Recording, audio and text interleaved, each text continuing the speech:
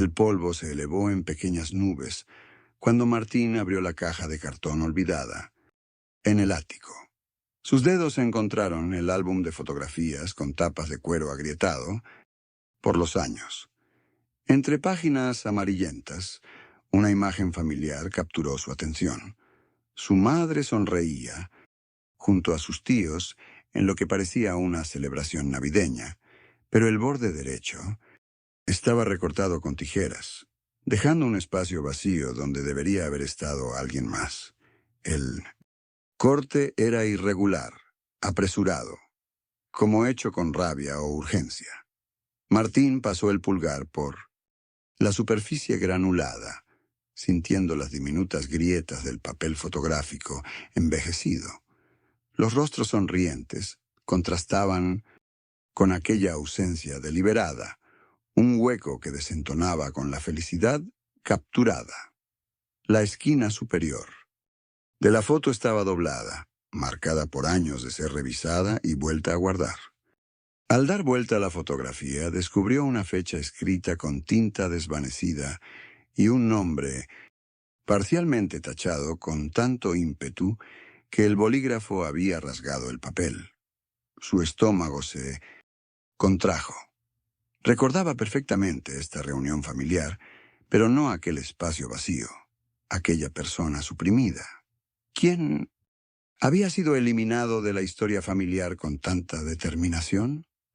¿Por qué su madre nunca mencionó a esta persona ausente, este familiar convertido en fantasma? Martín Valenzuela, contador de 42 años, llevaba 3 días vaciando la casa donde creció. El reloj de pared marcaba las 4 de la tarde, mientras clasificaba objetos en cajas etiquetadas, como donar, conservar y desechar. Hacía apenas 2 semanas que su madre había fallecido tras una silenciosa batalla contra el cáncer, llevándose consigo explicaciones que él nunca tuvo el valor de exigir. La casa, ubicada en el barrio Las Magnolias, permanecía igual que hace 30 años. Cortinas pesadas, muebles antiguos y ese olor particular a jazmín y naftalina. El sudor le empapaba la camisa, mientras vaciaba el armario del pasillo. Las paredes, testigos mudos de tantos silencios familiares, parecían observarlo, con la misma intensidad con que su madre solía hacerlo. Encontró al fondo del mueble una caja de zapatos que nunca había visto antes. Estaba sellada con cinta amarillenta y marcada con una simple palabra: privado. Su madre había sido una guardiana feroz de sus secretos. Durante toda su vida adulta, Martín había aprendido a no preguntar, a no hurgar, a aceptar las medias verdades. Sus dedos dudaron sobre la cinta adhesiva. Exhaló profundamente mientras percibía el peso de años de silencios acumulados. Dentro de esa caja podría estar la respuesta a por qué su madre nunca mencionaba a su abuelo, o por qué ciertos temas provocaban un muro impenetrable entre las viejas facturas y documentos escolares.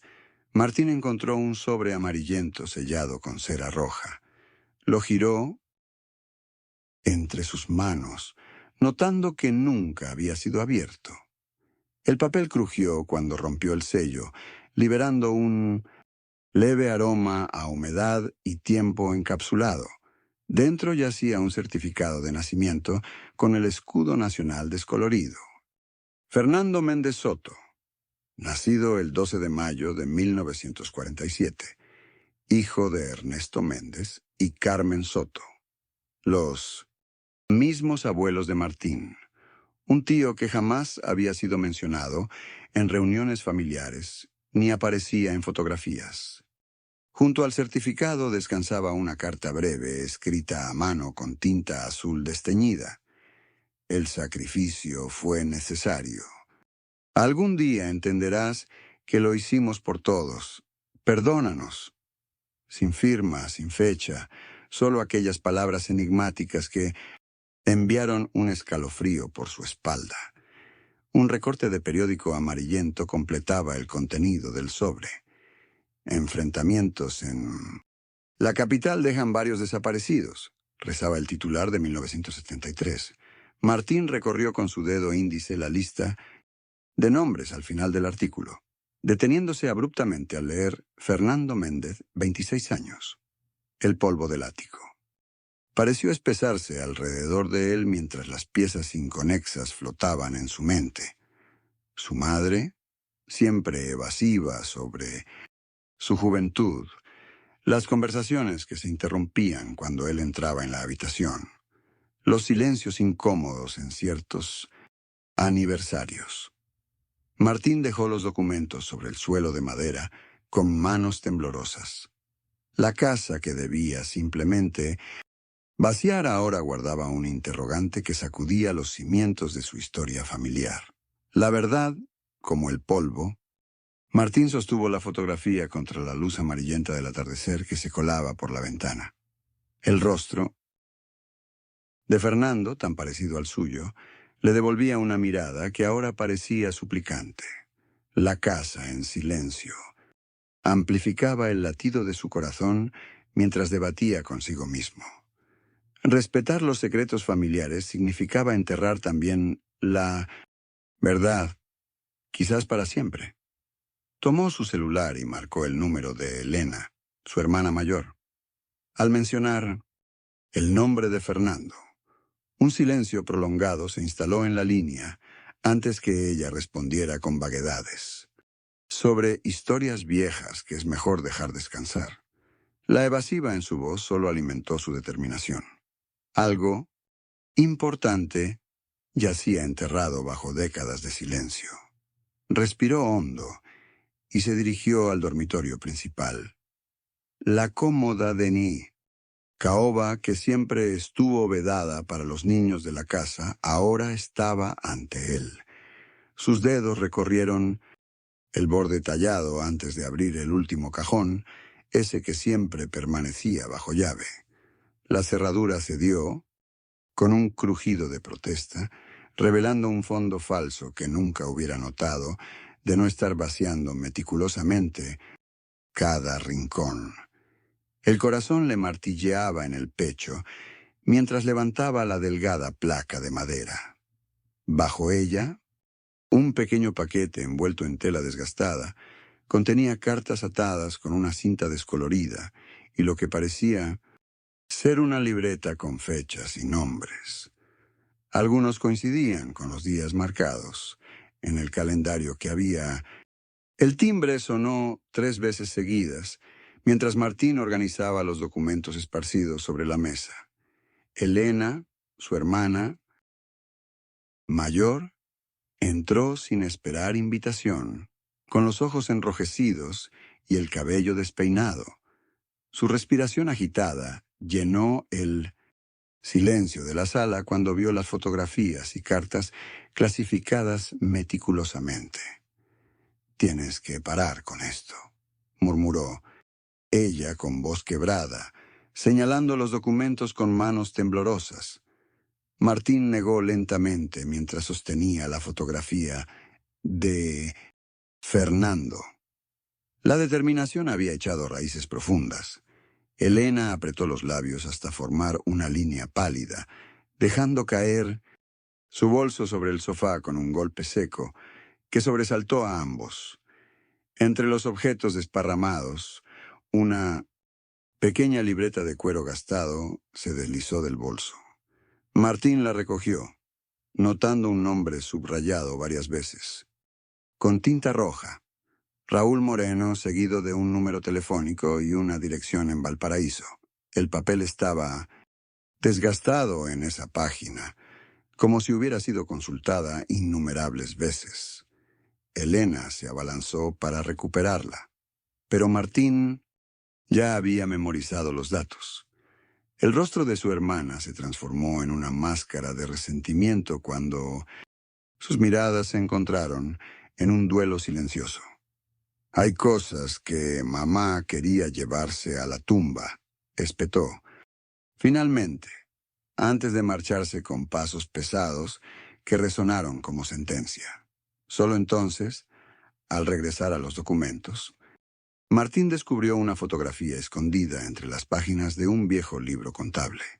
Su madre, joven y sonriente, el edificio se alzaba desgastado en un barrio de calles estrechas. Martín respiró hondo antes de tocar el timbre marcado como Moreno 3B.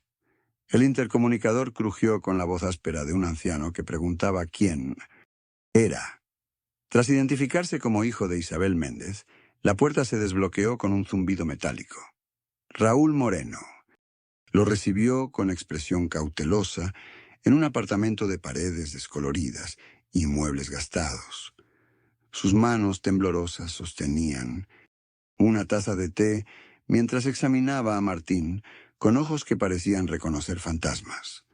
Cuando Martín colocó la fotografía sobre la mesa de fórmica, el anciano palideció visiblemente, derramando algunas gotas del líquido sobre su pantalón. El tiempo pareció detenerse mientras Raúl pasaba un dedo arrugado por el rostro de Fernando en la imagen.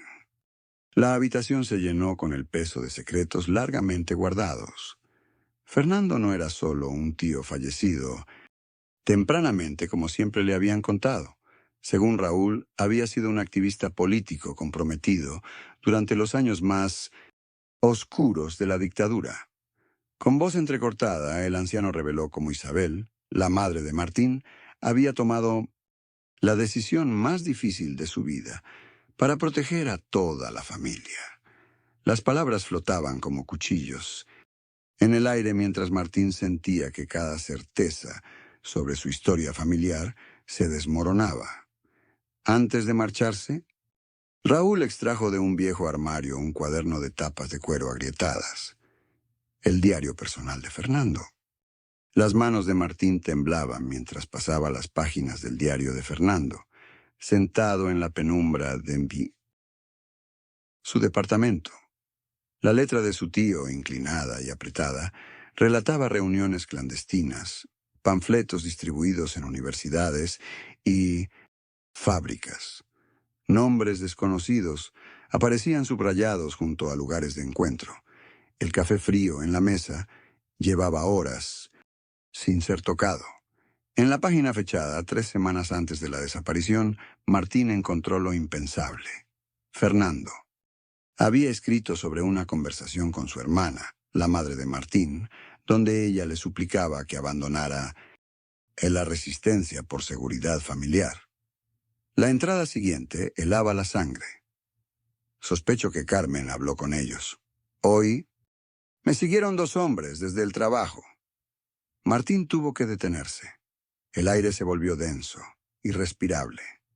Ojeó hasta la última entrada, escrita la noche previa a su desaparición. Fernando sabía. Carmen eligió a sus hijos sobre mí. No puedo culparla, aunque el precio sea mi libertad.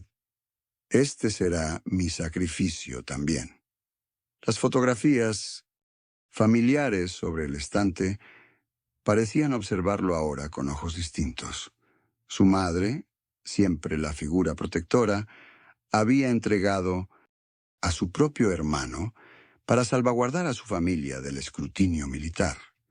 La carta, las visitas nocturnas al cementerio, el silencio perpetuo. Todo cobraba sentido.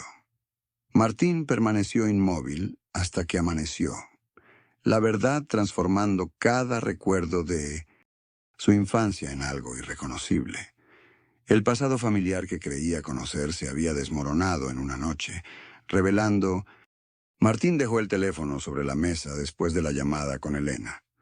Su hermana había llorado al admitir que conocía fragmentos de la historia, pequeñas confesiones que su madre había dejado escapar durante sus últimos años.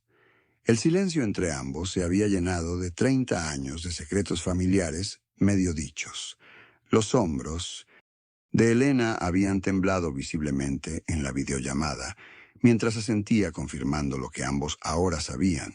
Su madre había entregado a Fernando para salvar a su propio hijo, a Martín.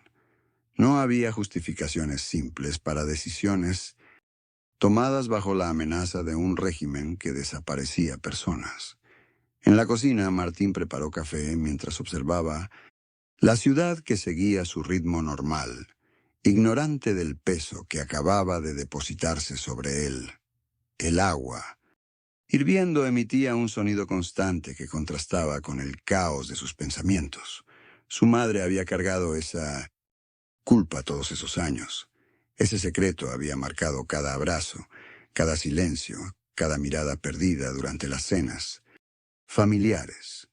Los recortes y fotografías esparcidos sobre la mesa contaban la historia completa que nadie había querido ver. Martín no podía juzgar a su madre por una decisión imposible, pero tampoco podía perpetuar el silencio. Con el diario de Fernando entre las manos, decidió que la verdad, dolorosa pero completa, era el único homenaje posible para ambos, para quien lo salvó y para quien fue sacrificado. La sala de Elena se llenó con el silencio incómodo de una familia que confrontaba a un fantasma. Los rostros de tíos y primos reflejaban confusión mientras Martín colocaba cuidadosamente el diario de Fernando sobre la mesa central. El reloj de pared marcaba cada segundo con un tic-tac que resonaba como acusación. La tía Lucía, la mayor de todos, no paraba de negar con la cabeza, sus dedos nudosos apretando un pañuelo hasta dejarlo irreconocible. El tío Roberto permanecía rígido en su sillón, con la mirada perdida en fotografías que nunca había visto antes. Cuando Elena mencionó el nombre de Fernando, los más jóvenes intercambiaron miradas de desconcierto, mientras los mayores bajaban la vista hacia el suelo de madera pulida. El tío Gustavo, quien había vivido aquellos años turbulentos, confirmó con voz quebrada los métodos de las fuerzas de seguridad, las detenciones arbitrarias, los interrogatorios. Sus palabras daban contexto a las páginas amarillentas que Martín había rescatado del olvido. La prima Carolina, quien siempre había cuestionado el carácter hermético de la abuela, ahora entendía sus silencios prolongados, su mirada ausente en las reuniones familiares.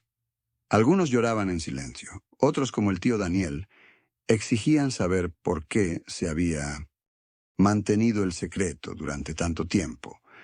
Cuando decidieron qué hacer con los objetos personales de Fernando, las opiniones se dividieron: preservarlos como memoria o enterrarlos definitivamente para seguir adelante. Martín observó cómo aquella verdad oculta transformaba. Los expedientes amarillentos se extendían frente a Martín en la mesa del Archivo Nacional. Bajo la luz mortecina, las carpetas desclasificadas revelaban nombres, fechas y lugares que conectaban puntos dispersos en su memoria familiar.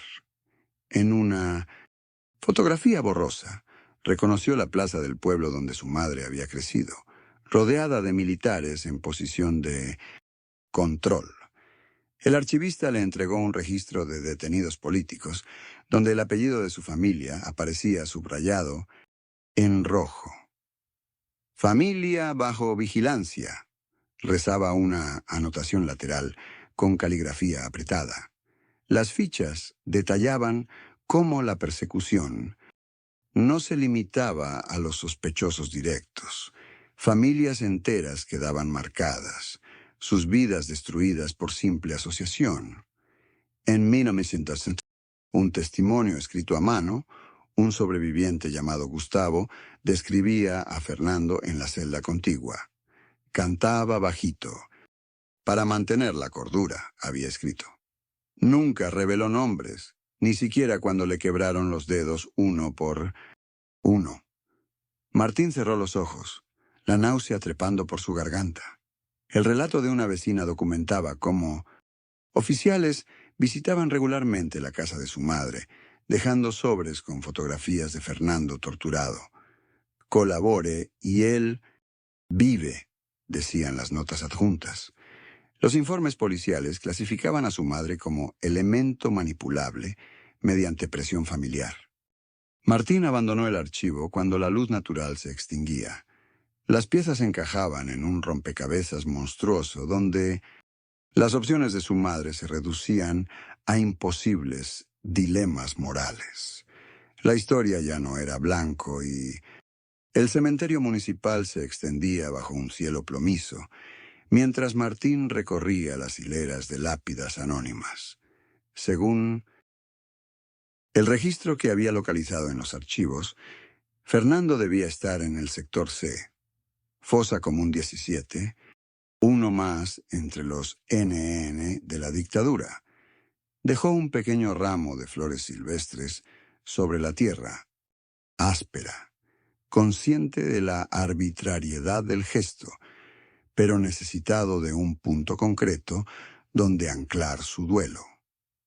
En Ixme, la Oficina de Derechos Humanos, una funcionaria de gestos mecánicos, le entregó formularios que parecían diseñados para desalentar cualquier reclamo. Martín completó cada casilla con una mezcla de frustración y determinación, sabiendo que muchas familias habían recorrido ese mismo camino sin obtener respuestas. La mujer recibió los papeles con un sello que resonó como una promesa hueca de atención que podría demorar años. En casa, Martín colocó sobre la repisa del comedor los objetos que había encontrado entre las pertenencias guardadas de Fernando. Un reloj detenido, una credencial universitaria con su rostro joven, un pequeño cuaderno de poesía. Elena se detuvo frente al improvisado altar, sus dedos rozando el cristal del reloj. Algunos tíos miraron con incomodidad aquella materialización del secreto familiar, pero nadie se atrevió a cuestionarla. El memorial casero creció cuando la abuela Amalia, en silencio, añadió una fotografía donde Fernando sonreía, junto a ella en una celebración familiar. Los objetos rescatados parecían vibrar con una historia hasta entonces negada. Martín despertó sobresaltado, con la camisa empapada en sudor frío.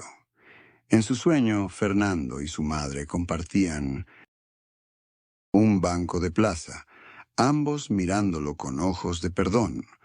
Las pastillas para dormir descansaban intactas sobre la mesita de noche, recordándole que había preferido enfrentar sus demonios despierto. Tomó el retrato familiar que ahora mantenía boca arriba y estudió el rostro de su tío. La misma línea de la mandíbula, idéntica manera de fruncir ligeramente el ceño. La terapeuta, una mujer de ojos profundos, especializada en traumas transgeneracionales, había dibujado círculos en una hoja mientras le explicaba cómo las heridas no cicatrizadas viajaban por generaciones. Ahora Martín reconocía en su propia obstinación, en su incapacidad para dejar ir las causas perdidas, los ecos de aquel hombre sacrificado, cuya sangre corría por sus venas. Bajo la luz mortecina de su estudio, dispuso las fotografías, los documentos, el expediente del caso y aquella cinta de cassette rescatada, formando un altar de reconciliación con su historia. 3 generaciones de silencios rotos yacían ante él. Su abuelo que ordenó, su madre que cayó, y él mismo que finalmente comprendía. «Somos producto de decisiones imposibles», escribió Martín en su cuaderno mientras afuera comenzaba a llover, gotas persistentes como las verdades que ya nadie podría borrar. La memoria de Fernando ya no era una ausencia, sino una presencia que habitaba en sus propios gestos, en su temperamento, en su búsqueda incansable. El sol de la tarde dibujaba sombras alargadas sobre el pequeño altar improvisado en el jardín. Martín depositó La fotografía restaurada sobre el mantel blanco, junto a unas flores silvestres y una vela encendida. Fernando aparecía ahora claramente visible junto a su madre, sonriendo con aquella expresión que el tiempo casi había borrado de la memoria familiar. La imagen ya no mostraba aquel espacio vacío que durante décadas había simbolizado su ausencia. Los hijos de Martín, ahora adolescentes, observaban la ceremonia con un silencio respetuoso que denotaba comprensión. El mayor sostenía los documentos que Martín había recopilado durante su investigación, prueba tangible de una historia que ya no quedaría enterrada. La brisa mecía suavemente las hojas de los árboles mientras Martín encendía la última vela. Sus manos descansaba también la antigua medalla militar que había rescatado del olvido, pulida ahora hasta recuperar su brillo original. Cuando todos tomaron asiento en el círculo, Martín pudo sentir el peso de las generaciones convergiendo en ese instante. Ya no había vergüenza en sus ojos al hablar de Fernando, solo el dolor transformado en memoria digna. Sus hijos conocían ahora la verdad completa, que en su familia había existido un hombre que eligió morir antes que traicionar a otros. El secreto ya no era una sombra amenazante, sino una luz que orientaba. Al caer la tarde, Martín colocó la fotografía restaurada en el centro de la sala